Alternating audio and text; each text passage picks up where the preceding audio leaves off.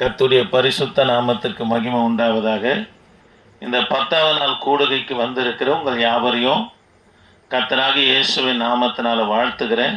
ஒவ்வொரு நாளும் ஒவ்வொரு பட்டணம், மலைகள், கடலை குறித்து தியானித்து கொண்டு வருகிறோம். இன்றைக்கு உபாகமம் 27ஆம் அதிகாரம், உபாகமம் 27ஆம் அதிகாரம் 11 13 வரைக்கும் நாம் பார்க்க போகிறோம். வாசிக்கலாமா? மேலும் அந்நாளிலே மோசே ஜனங்களை நோக்கி நீங்கள் யோர்தானை கடந்த பின்பு, நீங்க யோர்தானை கடந்த உடனே அவங்க கானான் தேசத்துக்குள்ள பிரவேசித்தலாம்.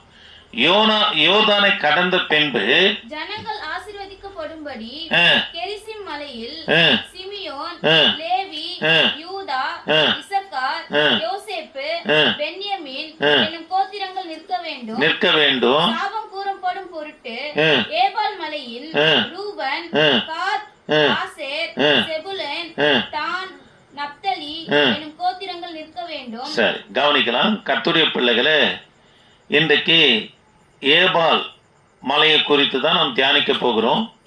இந்த ஏபால் மலையிலிருந்து எதை கூறணும்? சாபத்தை கூற வேண்டும் என்று மோசனவன சொல்றார். ஏபால் என்று சொன்னா வெறுமை என்று பொருளாக இருக்கிறது. நம்ம இன்னைக்கு இந்த மலையை குறித்து தான் பார்க்க போகிறோம். தேவ பிள்ளைகளே, மோசவுடைய கடைசி பிரசங்கத்துல ரெண்டு மலையை குறித்து பிரசங்கம் பண்ணுகிறார். 2 மலையில ஒன்றான கெர்சிம் மலையிலிருந்து ஆசீர்வாதத்தை கூறணும்.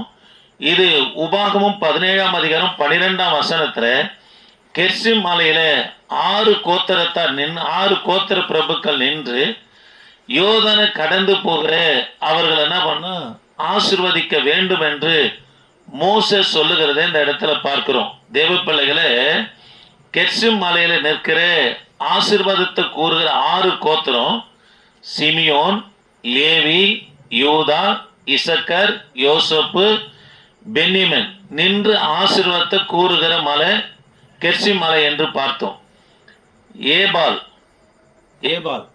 மலையிலிருந்து சாபத்தை கூறுவதற்கு 6 கோத்திர பிரபுக்கள் நம்ம நிற்கணும். இந்த மலையிலிருந்து எதை கூறணும்? சாபத்தை கூறணும். சாபத்தை கூறுகிற 6 கோத்திர பிரபுக்களுடைய பெயர் ரூபன், காத், ஆசேர், செபுலோன், தான், நப்தலி நின்று நம்ம சாபத்தை கூற வேண்டும் என்று சொல்லுகிறார். ஏபால் என்று சொன்னா இதற்கு வெறுமை என்று பொருளாக இருக்கிறது. தேவ பிள்ளைகளே, இந்த ஏபால் மலை எங்க இருக்குதுன்னா சீகம் பள்ளத்தாக்கு அருகாமல் இருக்கிற ஒரு மலைக்கு பெயர் தான் இந்த ஏபல் மலையாக இருக்கிறது. ஆமே, இந்த மலை தேவ பிள்ளைகளே, அது மாத்திரமல்ல, சமரியா பெண்ணை சந்தித்து ஆண்டவர் அதாவது தண்ணீர் கேட்டார் இல்லையா, அது பக்கத்தில் இருக்கிற மலை தான் கெர்சிம் மலை. தேவ பிள்ளைகளே, இந்த மலையில நின்று நீங்க உபாகமம் 17ஆம் அதிகாரம் 15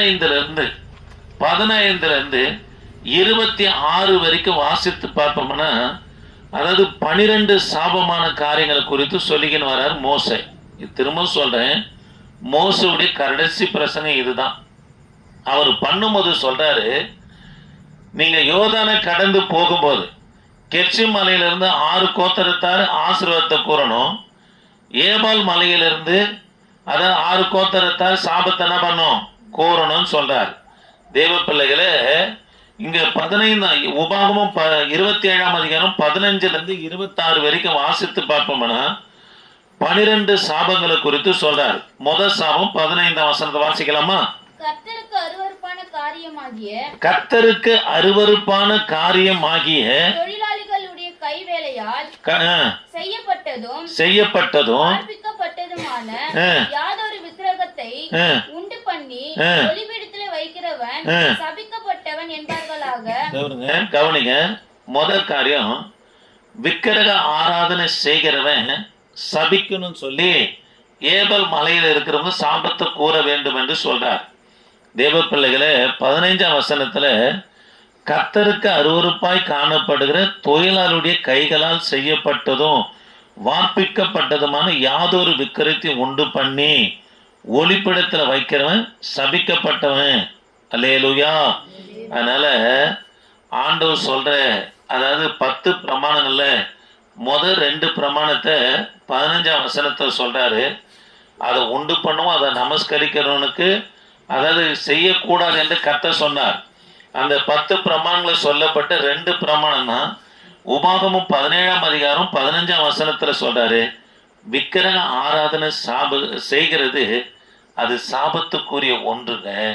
இப்போ சொல்றேங்க, விக்கிரக ஆராதனை செய்யப்படுகிற அவங்களுடைய நிழலில் ஒதுங்கினாலும் சரி, பிற்பாடு அவங்க அந்த ஆராதனை பங்கெடுக்கிற காரியங்கள் யாதொன்றும் நம்முடைய எல்லைக்குள்ளும் வரக்கூடாது.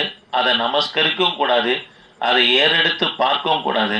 அப்படி பார்த்தா அவங்கள ஏபல் மலையிலிருந்து என்ன பண்றாங்க, சாபம் வரும் என்று சபிக்கிறாங்க. அல்லேலூயா.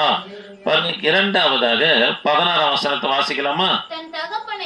தன் தகப்பனையும் தாயையும் தூசிக்கிறவன் சபிக்கப்பட்டவன் என்பார்களாக ஜனங்கள் எல்லாரும் ஆமென் என்று சொல்ல கடவர்கள். அல்லேலூயா. பாருங்க, இரண்டாவது காரியம், அதாவது தன் தாயும் தன் தகப்பனையும் தூஷிக்கிறவன். இது மூலமொழியில என்ன சொல்லப்பட்டிருன்னா, தாயே தகப்பனை பார்த்து நீ ஏன் என்னை பெற்றாய் என்று சொல்லுகிறவனுக்கு ஐயோ என்று சொல்லப்படுகிறது. அதனால தாய் தகப்பனை பார்த்து நீ ஏன் என்னை பெற்ற அப்படின்னு கேட்கவும் கூடாது. அவங்களை தூஷிக்கிற காரியத்தை ஒரு மனுஷன், ஒரு பிள்ளை, ஒரு மகள் செய்வார்களானா அவங்கள குறித்து சொல்றாரு, அவங்க மேல என்ன வருமா, சாபம் வரும் என்று நான் சொல்லுகிறத பார்க்கிறோம். அல்லேலூயா. இது 10 கட்டளைகளில 5வது கட்டளை மீறுகிறவனுக்கு சாபம் வரும் என்று சொல்லப்படுகிறது. 26ஆம் வசனத்தை வாசிக்கலாமா? 26ஆம் வசனம்.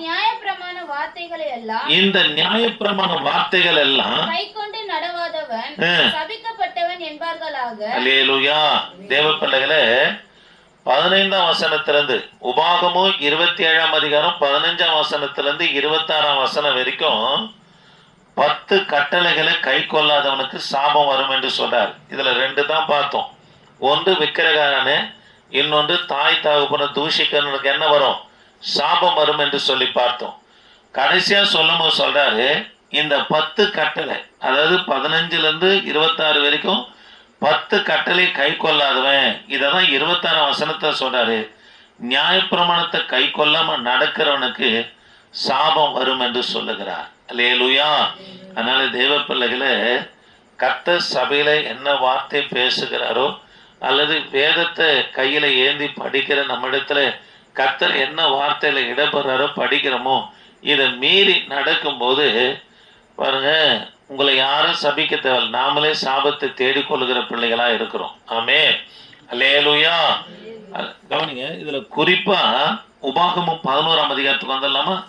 உபாகமும் 11ஆம் அதிகாரம் 26லிருந்து 27 வரைக்கும் வாசித்து போனா குறிப்பா 2 காரியத்தை மோசே சொல்றாரு பாருங்க. இன்று நான் உங்களுக்கு முன்பாக ஆசீர்வாதத்தையும் சாபத்தையும் வைக்கிறேன். இன்று நான் உங்களுக்கு கற்பிக்கிற உங்கள் தேவனாகிய கர்த்தரின் கற்பனைகளுக்கு கீழ்ப்படிந்தீர்களானால் ஆசீர்வாதமும் உங்கள் தேவனாகிய கர்த்தரின் கற்பனைகளுக்கு கீழ்ப்படியாமல் இன்று நான் உங்களுக்கு விதிக்கிற வழியை விட்டு விலகி நீங்கள் அறியாத வேற தேவர்களை பின்பற்றுவீர்களானால் சாபமும் வரும். அல்லேலூயா. கவனிக்கலாம் பாருங்க, குறிப்பா மோசே என்ன சொல்றாருன்னா, சாபம் எதனால வருதுன்னு 2 காரியத்தை குறித்து சொல்றார். உங்களுக்கு முன்பாக 2 வழியை வைக்கிறேன், ஒன்று சாபம், இன்னொன்று ஆசீர்வாதம். நீ எதை தெரிந்து கொள்ள போகிறன்னு சொல்லி இஸ்ரவேல் ஜனங்களை பார்த்து கேட்டுட்டு, ஒன்று தேவ பிள்ளைகளை கர்த்தருடைய வார்த்தைக்கு கீழ்ப்படினாலும் சாபம் வரும், 2வது விக்கிரக ஆராதனை செய்தாலும் சாபம் வரும் என்று சொல்றார். இந்த 2 வார்த்தையும், அதாவது அடிக்கடிக்கு மோசே இஸ்ரவேல் ஜனங்களை பார்த்து சொல்லிக்கினே வருவார். தேவ பிள்ளைகளை, கர்த்தரை ஆராதிக்கிற ஒவ்வொரு தேவ பிள்ளைகளுக்கும் என்ன காணப்படுனா கீழ்ப்படிதல் இருக்கணுங்க. 2வது விக்கிரக சம்பந்தப்பட்ட, அதாவது தொழிலாளி கைகளினால செய்யப்படுகிற விக்கிரகமா இருக்கட்டும், அவர்களால் வார்ப்பிக்கப்படுகிற, அதாவது உருக்கி அச்சில ஊற்றி டையில ஊற்றி எடுக்கிறாங்க பாருங்களா, அதுக்கு தான் வார்ப்பிக்கப்பட்டது. இதை வணங்குறவர்களுக்கு என்ன வந்துருமா, சாபம் வரும் என்று சொல்றார். இந்த 2 காரியமும் மோசே வலியுறுத்தி இந்த இடத்துல சொல்லுகிறத பார்க்கிறோம். ஆமென். அதே 28ஆம் அதிகாரம் உபாகமத்துக்கு வந்தோம்னா 28ஆம் அதிகாரம் 1 15 வரைக்கும் வாசித்து பார்ப்போம்னா, இன்று நான் உங்களுக்கு விதிக்கிற கர்த்தருடைய கட்டளையின்படி நீங்க செய்ய கவனமாக இருந்து அதுக்கு செவி கொடுப்பீர்களானா, பூமியில் உள்ள சகல ஜனங்களிலும் நீ எப்படி இருப்பியா? மேன்மையாக கர்த்தர் வைப்பார் என்று சொல்லிட்டு என்னென்ன ஆசீர்வாதம் இருக்குன்னு சொல்லி 14ஆம் வசனம் வரைக்கும் சொல்றார். 15ல இருந்து பாருங்க, கடைசி வசனம் என்னமா வருது? கடைசி வசனம் 68 வசனம் வரைக்கும், 15ல இருந்து 68 வரைக்கும் கர்த்தர் விதிக்கிற கட்டளையின்படி நடக்கல, கை கொள்ளலன்னா, கீழ்ப்படியலன்னா சாபம் வரும் என்று நம்ம சொல்றார். இதுல 28ஆம் அதிகாரத்துல 3 முறை இஸ்ரவேல் ஜனங்க கானானை விட்டு வெளியேறுவார்கள் என்று தீர்க்கதரிசனம் சொல்லப்படுது. இந்த 3 முறையும் நடந்துச்சுங்க. அல்லேலூயா. அதனால தேவ பிள்ளைகளை, ஆண்டுடைய பிள்ளைங்க கர்த்தருடைய வார்த்தைக்கு என்ன பண்ணணும்? கீழ்ப்படினோம். விக்கிரக சம்பந்தப்பட்ட ஆராதனை ஒன்றும் நம்முடைய வீட்டுக்குள்ளும் சரி நமக்குள்ளும் சரி வரவே கூடாது. ஐயா, கையினால செய்யப்பட்டு தான் விக்கிரக ஆராதனையா? அது மாத்திரம் இல்லைங்க, பொருளாசை என்னும் விக்கிரகம். பாருங்க, எந்த காரியத்தையும் கர்த்தருக்கு மேல நம்ம கொண்டு வரவே கூடாதுங்க. நம்ம தூங்கி எழுந்த உடனே ஜெபம் வேத வாசிப்பு என்ற சிந்தனை இல்லாம வேற எது மேல சிந்தனை போதும். சிலர் பார்த்தீங்கன்னா பிள்ளைகளை இழந்த உடனே பார்ப்பாங்க, இல்லைன்னா அவங்க வைத்திருக்க பொன் பொருள் மேலேயே சிந்தை போய்கின்னு இருக்கும். இதெல்லாம் விக்கிரக ஆராதனைங்க. நம்ம எழுந்த உடனே நம்முடைய சிந்தை எங்க இருக்கணும்? ஜெபம் வேத வாசிப்புல இருக்குமானா உண்மையாலுமே நீ கர்த்தரை தேடுகிறன்னு அர்த்தம். அல்லேலூயா. அதனால பொருளாசை கர்த்தருக்கு மேல எந்த காரியத்தை கொண்டு வரோமோ, கர்த்தருக்கு கொடுக்கப்படுகிற நேரத்தை எந்த மனுஷனுக்கு நம்ம கொடுக்கிறோமோ, இதெல்லாம் எதில் சேர்க்கப்படுதுன்னா விக்கிரக ஆராதனையா இருக்கு. ஞாயிற்றுக்கிழமை ஆராதனை நடக்கும், இதை விட்டுட்டு நம்முடைய சொந்த பந்தங்களுடைய விசேஷங்கள்ல காணப்படும். இதுவும் ஒரு விக்கிரக ஆராதனை. கர்த்தருடைய நேரத்தையும் யாருக்கும் கொடுக்கக்கூடாது, கர்த்தருடைய இடத்தையும் யாருக்குமே கொடுக்கக்கூடாது. அதுதான் என்னவா இருக்குது? விக்கிரக ஆராதனை. கர்த்தருக்கு மேல எதையும் என்ன பண்ணக்கூடாதுன்னா கொண்டு வரவே கூடாதுங்க.